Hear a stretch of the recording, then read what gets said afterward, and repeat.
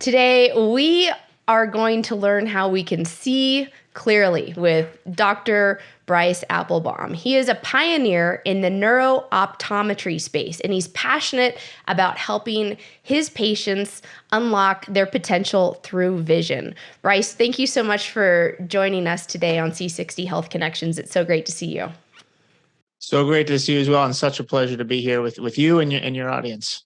Bryce, I'm not going to do the best job at explaining all of the really amazing work that you're doing in this space right now, helping people recover and reclaim their eyesight after too much screen time. So can you talk to us a little bit? Can you give us a little bit about your background and what has inspired you and led you to go down this path in life? Yeah, so let me start a little bit earlier in life, if that's okay, just so you can get a better idea of kind of where I come from. I had significant vision problems as a child, and for so long I was struggling on the soccer field and in the classroom and in even interpersonal communication because I had these visual developmental delays that were impacting so much of life. And what that looked like, I had trouble focusing my eyes. I had poor depth perception, and my eyes didn't really work well together as a team, which really caused me to freeze in moments where I should have sprung into action and allowed me to really almost have a disability from a visual standpoint. I went through, fortunately, my father was a developmental optometrist. My mother was an occupational therapist, and I had this complete breakdown at their dinner table where I'd let them know how on the soccer field I didn't know where to be or what to do, and how in the classroom, I had to ask all my friends for help in terms of what does that say on the board, and had to get close and pretend to sharpen my pencil just to sneak a peek at what the teacher was writing. So really at that night, that breakdown, they recognized the gravity of the situation, put a plan of action together to facilitate the right visual development for me. And I started office-based vision therapy, sensory integration-based occupational therapy. And because of the consistent treatment that I was able to receive, it really all came together for me in late elementary school, where my eyes, my brain, my body finally started working together as a team, and this kind of newfound confidence emerged. And I became a stud athlete. I started enjoying reading. I learned how to interact and feel confident navigating through space, and really turned that disability into a strength where I could rely on vision to help give me an advantage in the world. And then, obviously I've continued over the years and transitioned from patient to now clinician, where I've been studying vision therapy in terms of technological applications, innovations, practices, protocols to really help get vision therapy to where it is today. And I'm sure we'll talk about what vision therapy is, but it's really cool how, we can help those who've been misdiagnosed with ADD or ADHD or dyslexia and other learning differences. We can help people with lazy eyes or eye turns avoid the need for surgery so they can develop depth perception even for the first time and get their life back on track and turn, those challenges into superpowers and strengths. We work with a ton of people who've suffered from concussion, where they have difficulty returning to learn, returning to screens, returning back to life. And also, just screens in general, with so many of us with our heads buried in screens and phones and other tech-driven devices, experiencing these symptoms like headaches, eye strain, blurry vision, even environmentally induced nearsightedness. So I kind of look at this as I struggled so that others don't have to the way that I did. And now I'm on a mission to really change how the world's viewing vision and look at eyesight and vision as separate entities, and to know that there's so much that can be done to help with vision in terms of getting the eyes to work together as a team and unlocking our potential for life. I think that's so wonderful. And speaking of teams, I understand you've worked with hundreds of professional athletes, college sports teams, and even amateur athletes, helping them to hone in their performance through vision. So you've worked with folks in the NFL, NBA, MLB, NHL, MLS, and NWSL players. And you also work with professional golfers, volleyball players, tennis players, race car drivers, even Olympians, fencers, gymnasts, swimmers, skiers, archers, and shooters. So your background is quite impressive, and your experience and expertise is very robust. Coming out of the last few years the pandemic situation, I know that you've shared with me that you've noticed a new trend that's really, really detrimental to our vision. So can you talk to us a little bit about what that is, and what are some of the solutions that you're helping people realize are available to them in order to not have to go down this path where we're losing our vision? You're making me sound good. I appreciate that, Jessica. So, we're all taught from an early age, or told to keep our eyes on the ball, but none of us are taught how to. And what I specialize in with vision therapy is it's kind of like physical therapy for the brain through the eyes, with the intention of rewiring somebody's brain to change how they're using vision, to change how they're processing the world and taking in space, but then deriving the appropriate action that's needed. So, from a sports standpoint, looking at way beyond eyesight is so crucial to performance. And before we go into that, let's just say eyesight and vision are separate entities. Eyesight's the ability to see. That's street signs. That's letters on a letter chart. In an eye exam, it's what the teacher writes on the board in the classroom. Eyesight is glasses. Vision is entirely brain, how the brain uses the information the eye sends it and tells the eyes how to move and focus and converge and process information. And eyesight really is just a symptom, and very often a symptom of a vision problem. So what most people don't recognize is so much can be done to retrain the brain to change how you're using vision, whether there's an acquired event from a head injury, or whether it's a developmental delay where a child or individual just hasn't developed the visual skills and abilities necessary to meet the demands of life. That's becoming so common right now, where kids are being introduced to technology and screens at earlier and earlier ages, and often earlier than ever before, or even being asked to read before they're visually ready. When we don't have the tools in place to meet the demands, that's when these maladaptations or these bad habits really emerge. And, during the pandemic, many of us found ourselves spending more time than ever in front of these digital devices. And like you said, screens are becoming this big challenge. I've been saying they're the new pandemic because they're literally everywhere we look. And they've taken over work and learning and grocery shopping and dating and buying clothes and even conversing with your next door neighbor. But for so many of us, this is creating symptoms such as headaches and disrupted sleep and light sensitivity and dryness and trouble focusing our eyes, which really can impact life. And there's so many challenges that are presented from a visual standpoint on a screen compared to just printed page. And we can go into any of those. But I think the real big thing now is, from a kid's perspective, especially, Jessica, when you and I were kids, we were outside all the time, and our parents would have to drag us in when it was dark out or when it was dinner time, because we just wanted to be in the woods, playing ball, playing with our friends. But now in 2023, literally parents are doing the opposite. Instead of dragging their kids inside, they're having to drag them outside, away from screens, away from technology, away from social media. And it's creating a big challenge in terms of development from a social standpoint, emotional standpoint, cognitive standpoint, and even a visual standpoint. So what vision therapy can be wonderful in terms of setting the right foundation to allow somebody to thrive visually. But vision therapy is also not always accessible for everyone. So, we've created something called Screen Fit, which is a revolutionary online vision training program to help minimize the damage of screens to vision. But it's essentially a vision wellness program to reduce symptoms, promote healthy habits, and really help decrease a lot of these challenges that come with back-to-back Zoom calls and staring at screens all day long. The average American spends 7 hours and 4 minutes on a screen. And that's average, which means many people a lot more than that. So we created this Screen Fit program to combat all the negative that's occurring and to almost act as a solution for this new pandemic, because with it, there's these short, interactive, powerful kind of trainings, protocols, videos, but then eye exercises, where it's one new exercise a day for 10 to 15 minutes. There's 2 courses. Each course lasts for 30 days, but you'll learn how to relieve the stress that technology places on our visual system and empower yourself with the tools to support healthy habits and efficient use of the eyes as a coordinated team.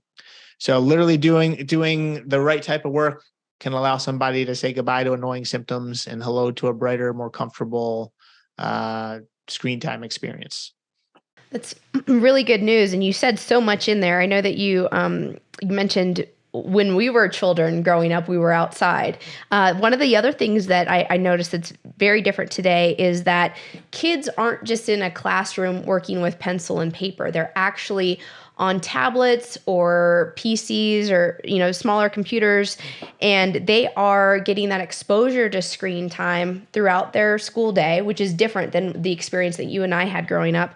And then, going home, a lot of them have access to cell phones much earlier in life. Like, we didn't get cell phones until we were adults. And so you've got the issue you mentioned with social media and all the things that were going on during the pandemic, but it's continuing because this next generation of kids has exposure to things that we've never had before. So with your program and with these exercises that you're teaching people how to do, Bryce, are these appropriate for both adults and children? Because you referenced adults, Americans on average having 7.4 hours a day of screen time. I don't know what that looks like for kids, but is it feasible that parents and their kids at home are doing these exercises together? Yeah, great question. So I think you bring up a good point. I mean, screens, they've been on the increase for 30 years now. That's nothing new. But what's changed was during the pandemic, screens were catapulted into the classroom and into learning for obvious reasons. And now they're not going anywhere. So it's presenting all of the stress that many kids can't handle. So our Screen Fit program, our beta test group, when it initially came out, our youngest patient that went through it was 5 years old, and our oldest was 89 years old. So of course, a 5-year-old is going to need help navigating just what to click on the screen or device or phone that allows the program to refresh and everything. But we'd want a parent there to help support and hold their hand. But it's once you enroll it, you get lifetime access. And I always recommend for anyone who signs up, the entire family should be doing it. And every single person who's gone through this has seen a reduction in symptoms, many drastic. And it's crazy to recognize. I mean, some of these are simple as eye stretches or follow this target on the screen. And if you notice XYZ, do this. But then others are, there's strategies on how to have the right visual ergonomics. So how to set up your workplace, how to set up the workplace so that your screen is at the right angle with the right brightness and contrast, and you have good posture, and you're not developing tech neck where you're leaning forward and all of your posture is thrown off. So it's almost a vision wellness program, but I think doing it as a family, it's kind of like doing a home workout program with body weight, but instead for your visual system. I love that. How long does it typically take? So it depends how motivated you are. It's set up to be, so each course is 30 lessons. So if you did it 5 days a week, that's only 6 weeks right there, but it could be something you stretch out longer. Each lesson is 10 to 15 minutes. And what's cool is many of the lessons, you'll learn a certain peripheral awareness activity, let's say, that you can do at a stoplight or on a Zoom call when you're pretending to pay attention. Maybe you shut the video off and you're doing some of these exercises here. So vision should be top of mind, and it should be something that is all on our awareness so that we're intentional with how we're taxing our system, because we know even from just a blue light perspective, how much that can disrupt circadian rhythms and influence metabolic health. Blue light's not bad for us. Blue light's actually great for us, but blue light blasted from a screen for 7 hours and 4 minutes plus a day at the wrong time of the day can disrupt so many aspects of our life. And so there's a lot of suggestions and recommendations in Screen Fit on how to help support us in this environment. That's great. So if you are hyper motivated and you're going to stick with it every day, you and your family could get through it in 6 weeks. If you're somebody who will do it from time to time, what do you think the average length is to finish the program? If let's just say you have a very busy schedule. Yeah. So if you're doing it every day, it's 30 days. Okay. And every day, we'll then review the lesson from the day before.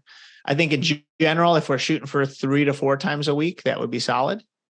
And then there's a second course as well. That's another 30 days. And we're in the process of creating a lot more content as well. This has been exceeded my expectations on just the interest that the functional medicine world and overall world has shown in what we've been noticing in my offices for decades, but even more so the last 3 years since technology has taken over so much of our lives. Yeah. Bryce, are these exercises that once you do them in, the course of 30 days or 6 weeks, is it a one and done thing, or are they things that you need to integrate into your life and really kind of remind yourself to do as part of your healthy lifestyle? So it depends on the person, and it depends where you're starting from a just visual skill and ability standpoint. I would say in general with office-based vision therapy, with a doctor board certified in vision therapy, when you go through the program and the brain has been rewired and maladaptations are no longer options, absolutely what is learned is yours to keep and you are ready to conquer the world, unless, knock on wood, there's a concussion or head injury and then we see disorganization that occurs. I think the same can apply for screen fit if true learning takes place. If somebody isn't necessarily suffering from visual dysfunction, but it's more fatigue and kind of the visual system out of shape because they're just literally staring at their screens for too long. In those cases, we have seen plenty of patients who've gone through this once and said, wow, this was a really nice kind of boot camp. I feel good. I'm more productive. My symptoms are less.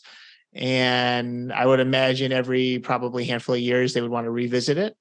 But ideally, it's something we're doing, just kind of like we're exercising our bodies and our minds with meditation and being mindful with the right nutrition and supplements. So too should we be mindful with what we're doing with our visual system as well. It's our dominant sensory system. It should be guiding and leading us. And for many of us, it's interfering in life. Yeah, thank you. So my next question is, you mentioned that a lot of people often don't have access to the type of support that they need in order to develop these healthy habits. And I'm assuming this is part of the reason why you created this program to help more people have access to this. So can you just talk to us a little bit about the affordability of this program? Love that you bring this up. So my office is in Maryland, right outside DC, and I've got a location in Bethesda and Annapolis. In the DC, Maryland area, there are 7 of us who are board certified in vision therapy and rehabilitation out of 7,000 maybe eye doctors. You don't have to be board certified to offer vision therapy, but I would argue the level of care is very different. And now a lot of OTs and PTs and other professionals and even other types of doctors are doing vision work because they're recognizing how needed it is from a tracking standpoint and especially after head injuries, which have gotten a ton of awareness. Pre-COVID, I was very much of the mindset, if I can't help somebody 100%, I don't necessarily want to work with them. And then I realized over COVID very quickly how much struggling and suffering there was in the world, especially new struggling as screens allowed so many bad habits to kind of surface and so many symptoms to emerge that I recognize helping somebody 30, 40, 70% is better than not helping at all. So I think from a training standpoint, this is something that anyone can do. And we've had so much quality control put in place that it really can't make anything worse. For many, it can be life-changing in terms of the improvement. But then for those who don't have access or aren't ready for vision therapy for whatever reason, or don't have the financial abilities to support that, this is a great starting point for everybody. And we have a lot of eye doctors who are recommending this for their patients, and just doctors from all different specialties.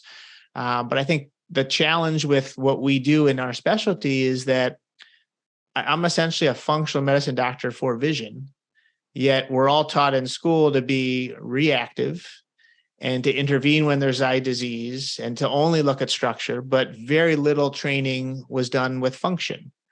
All we do now is essentially function, while also making sure eye health is where it needs to be and all of that. But not many doctors don't know what tests to do or what to look for, or even worse, they know what to look for, but they don't look for it because they don't know what treatment options that they can recommend when they found a challenge or they found a dysfunction in place. So this has been, from what I've heard from a lot of eye doctors, a lifeline where they can actually provide treatment or provide a program that's going to help their patients at a minimum move to a better place visually.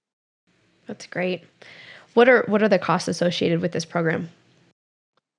We just dropped the cost a lot. So right now it's $197 for the first course, which is Visual Foundations. And if you go to screenfit.com, you'll actually see course 1, Visual Foundations, course 2, Visual Stamina, and then we have a bundle price.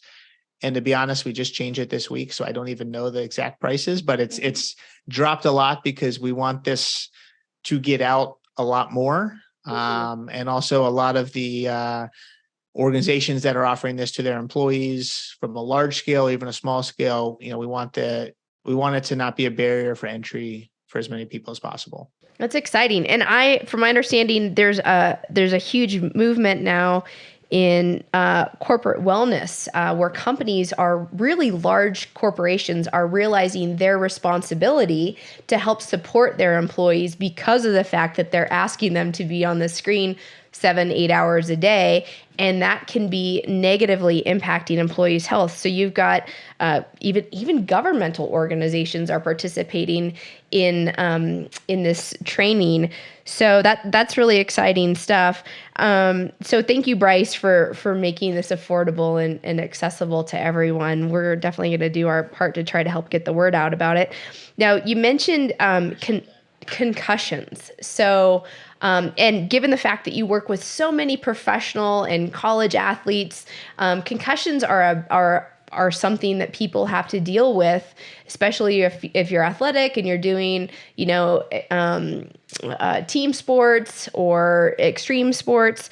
So can you talk to us, just give us a high level education on kind of what happens when you get a concussion, you bonk your head, you fall down, what might happen to your vision, and what should people do immediately after they've experienced a traumatic head injury? So we have more areas of our brain dedicated to processing vision than all of our other senses combined. And 2/3 of the neurons that enter our brain actually originate from our eyes. And remember, this is vision, not eyesight. So it's almost impossible to have a brain injury and not have vision be impacted. It's just kind of a matter of at what level does that happen.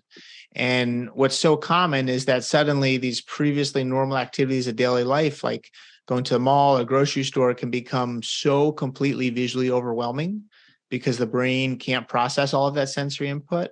And then reading and engaging with screens and digital devices can elicit dizziness and nausea and blurred vision. So we literally can rewire the brain to change how someone takes in their vision with vision therapy. And I'm a big believer that with the right motivation, with the right work, with the right compliance, almost every head injury can return to previous level of function and return back to life or to whatever type of visual demands that they had. What happens with a head injury is what occurs is at such a microcellular level that most people, they have a head injury, they go to the ER, and the ER either says, oh, you got your bell rung, you're fine, go home. Or the ER runs all these tests, CT scans and imaging, which are important to do if there is suspicion of damage. But what shows up after a head injury is going to be showing only up on a functional MRI or SPECT scan, whereas unless there's pooling of blood or a really devastating change to structure, the imaging that's done in at least how concussions are screened these days, it's wasted time and money and effort from many standpoints. With that said, absolutely, if there's a head injury and things don't seem right, we should get checked out immediately, but we should be going to a doctor, a sports medicine doctor, or somebody who's specifically trained in head injury, neurologists, chiropractors. I mean, there's a lot of people who know what to look for. And I think there's a common saying in the concussion world that every head injury is different. And if you've seen one concussion, you've seen one concussion. So that means treatment is very different for every patient and symptoms are very different for every patient. I just saw a gentleman yesterday who's had an estimated 18 concussions. That's absolutely unbelievable. And he literally cannot open his eyes on a screen, cannot read.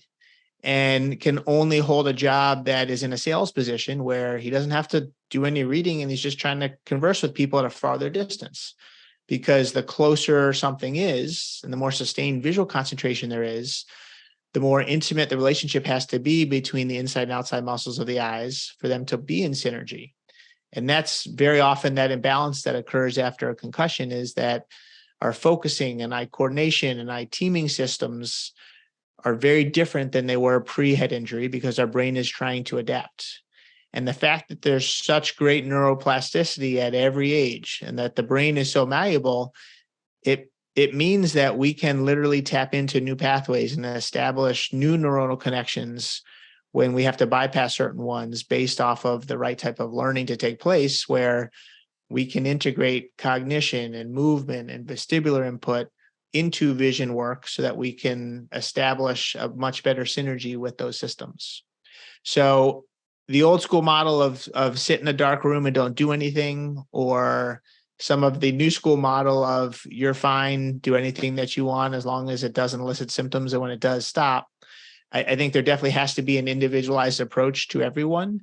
But at least in our practice, we have every head injury patient have a complete nutrition overhaul, supplement overhaul. We're looking at lifestyle modifications. Very often certain supplements are needed to allow the healing journey to reach the potential it deserves, because there's so much neuroinflammation. Even for just addressing the visual piece, there's that much left on the table without looking at providing the brain high doses of what it needs to heal. And from a nutritional standpoint, so often gluten or dairy or sugar or alcohol are huge triggers for exacerbating symptoms. So there should be a holistic approach to all care, but especially for concussion rehabilitation, because so much contributes to our ability to function at our best, including our microbiome and all these other areas that are often not looked at.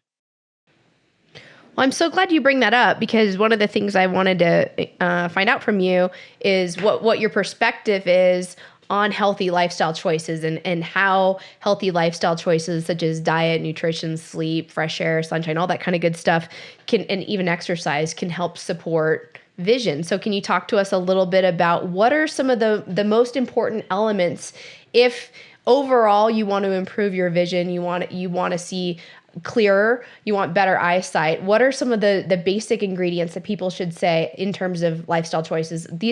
These are obvious, simple. Please start doing them. Just incorporate it into your daily routine.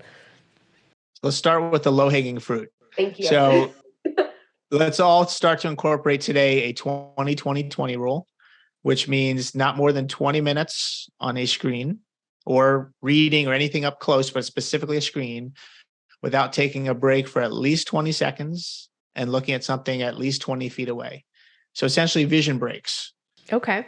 We want to be able to rest when we're on a screen. Our eyes have to converge, our focusing system locks in, and our visual system becomes very tense. So taking breaks and looking to the distance and getting up and walking around allows for better flexibility, but also allows you to function at your best for longer, because you're giving literally the eye muscles a break. I think from a screen standpoint, especially middle of the day, especially end of the day and in the evening, blue light filters are huge for protecting our brain from that high energy, low wavelength that is blasted from a screen. And not only just blue light filters, but what I call digital performance lenses, which is a combination of either magnification, prism, tint, something that is going to help the brain allow the eyes to work better together as a team and as a support system, along with the blue light filter. That's phenomenal. There's from a nutrition standpoint, so much is really helpful for the eyes. My number one is omega-3 fatty acids. And that's from cold water fish like mackerel and halibut, but especially omega-3s in supplement form, because it provides the brain high doses of what it needs to function, but also to heal. Green leafy vegetables have carotenoids in them like lutein and zeaxanthin, which are wonderful for the macula, the sweet spot of the back of the eye, to allow for us to see in that with our 20/20 eyesight. Bright fruits and the rainbow diet, which allow for a lot of antioxidants and vitamins A, C, and E. Choline is phenomenal, which is in egg yolk, and really, it's what to eat is important, but also what not to eat is important. And sugar and anything that creates inflammation absolutely manifests in the eyes. And inflammation in the eyes creates this oxidative stress, which allows for free radicals to accumulate in our retina, the internal layer of the eye that allows that we see with. And our mitochondria often become dysregulated and aren't able to even produce enough ATP, floaters in our eyes from oxidative stress. So C60 very quickly has become in my tool a critical member of my tool belt for what I recommend after a head injury, but really for everybody. Attacking free radicals, and you can speak on this way better than I can in terms of what's happening biochemically within the body. But even I've seen patients with cataracts that are on their early levels start taking C60 and report that their night vision at a minimum is not worse, and for some clearer. Wow. And I'm still new in prescribing C60 as of 2023. Mm-hmm. But I think from a cellular cleanup standpoint and acting as like a recycling truck going through our body and attacking, excuse my language, but all the crap that's floating around specifically in the eyes, I think that can be great for prolonging macular degeneration, prolonging cataract formation, allowing our own body to heal as best as possible. And in some cases, we need a lot more than just that. But at least for my brain injury protocol, omega-3 fatty acids, magnesiums, CoQ10, ashwagandha, curcumin, and C60. Cool. And I know you mentioned, avoid sugar and anything else that causes inflammation.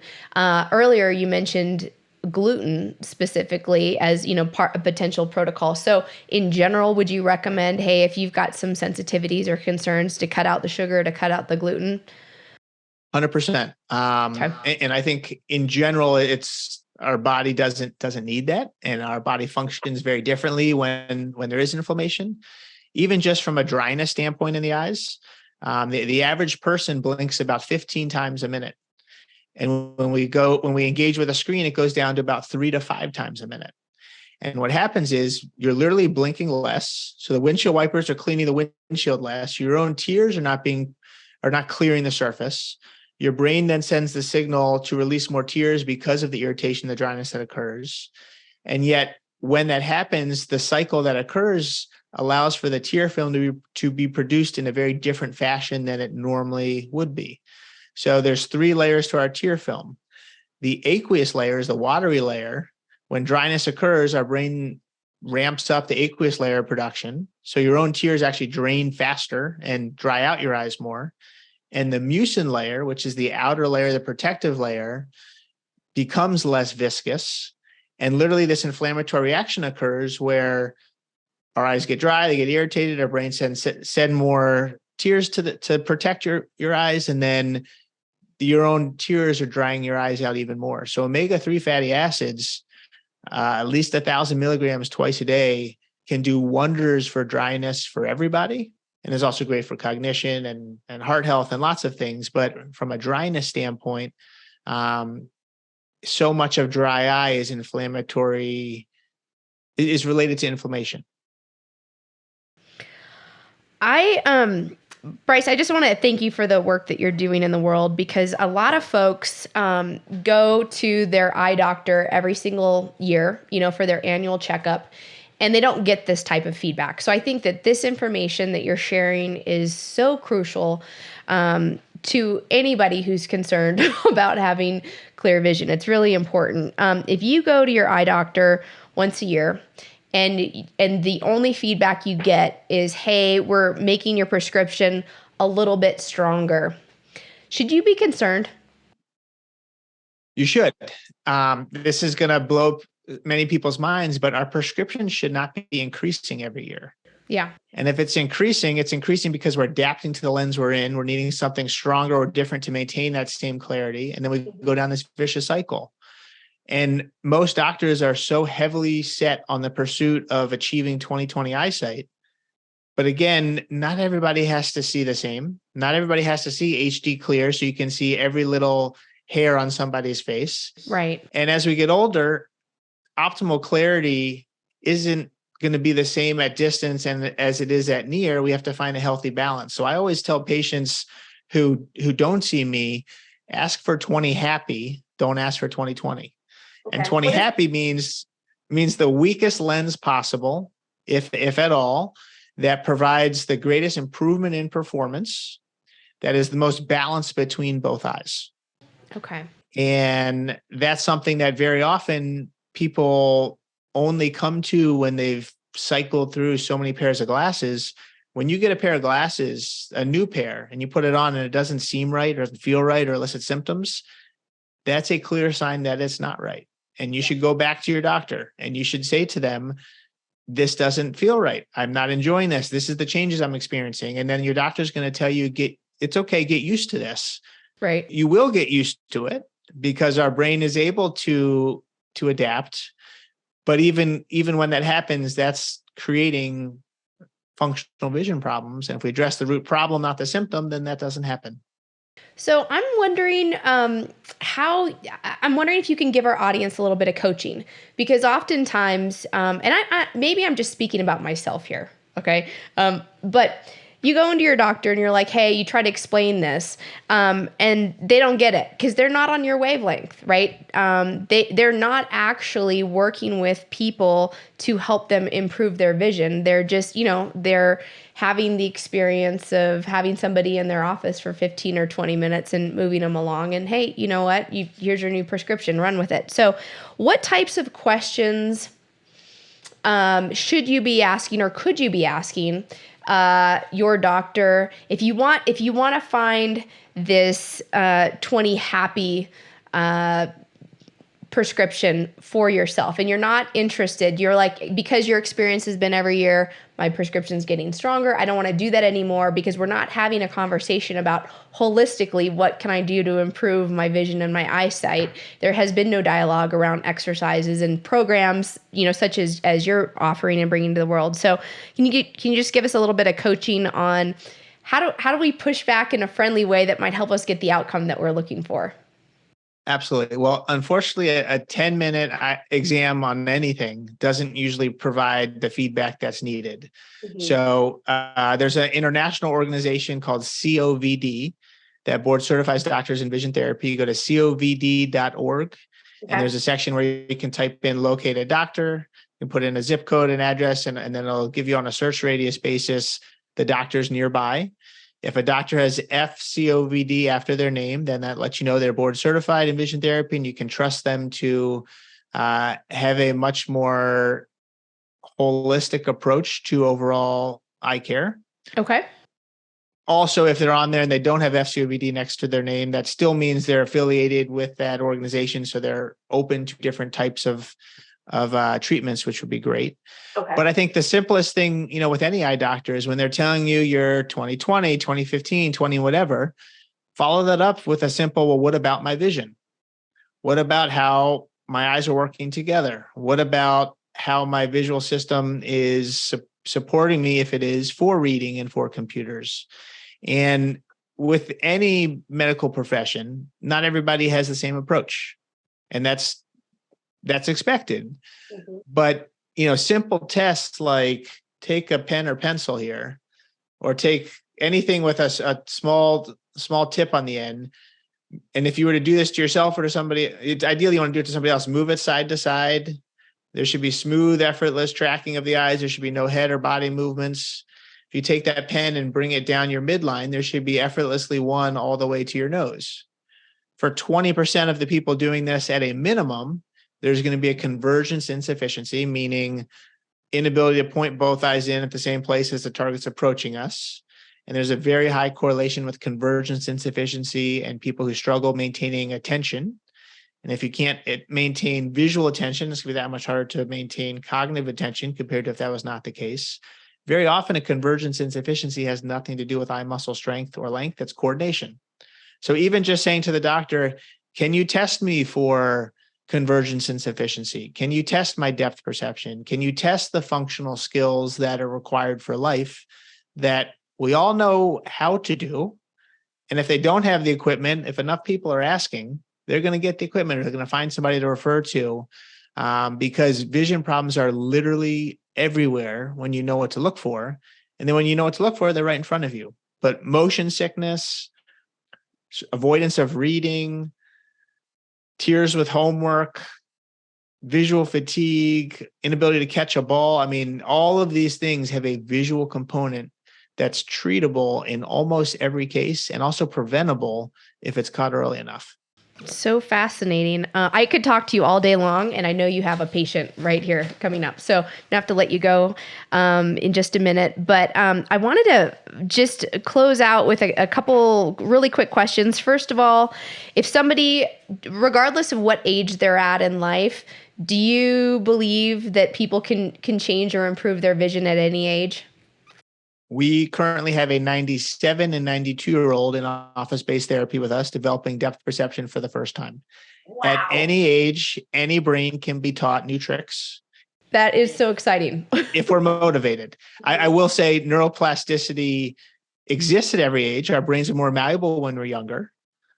As if anyone who has kids can see how quickly, your children learn certain things, but any age, if the right motivation and the right work is there, vision problems do not have to be a temporary endpoint. That's exciting. Any words of wisdom or encouragement for our audience if they're struggling with just the feeling of a decline in vision or eyesight? Yes. Thank you for asking that. So I would say if you have a headache, you might go to a neurologist. If your child's squirmy in the classroom, you may go see a psychiatrist or learning specialist. If you're motion sick, you may see an ENT or otolaryngologist. But with almost any symptom, you need to consider that vision could be a part of the problem. And that's why I advocate putting your vision first. And that goes way beyond going to your eye doctor to see if you need glasses. The majority of vision problems are not fixed with glasses. They're fixed with retraining the brain to change how we're using our vision. And that's why actually, as of next week, my practice we're changing the name to Vision First, with the premise of when healthcare has let you down or when there's misdiagnoses or missed opportunities, we need to be advocating for ourselves and putting our vision first. And so the website's myvisionfirst.com. But I unfortunately, we all have to advocate for ourselves and our loved ones when healthcare isn't able to give the right solution in every scenario. I so appreciate that. Now, you also have a ton of fun content that you put out on social media. So we're going to put all of your information in our show notes, and we're going to pop up all your links here. But can you tell us, just run through really quick, where are the best places for people to follow you, sign up for your programs, and learn more about this exciting work that you're doing, helping people see clearly and take back control over their health after too much screen time?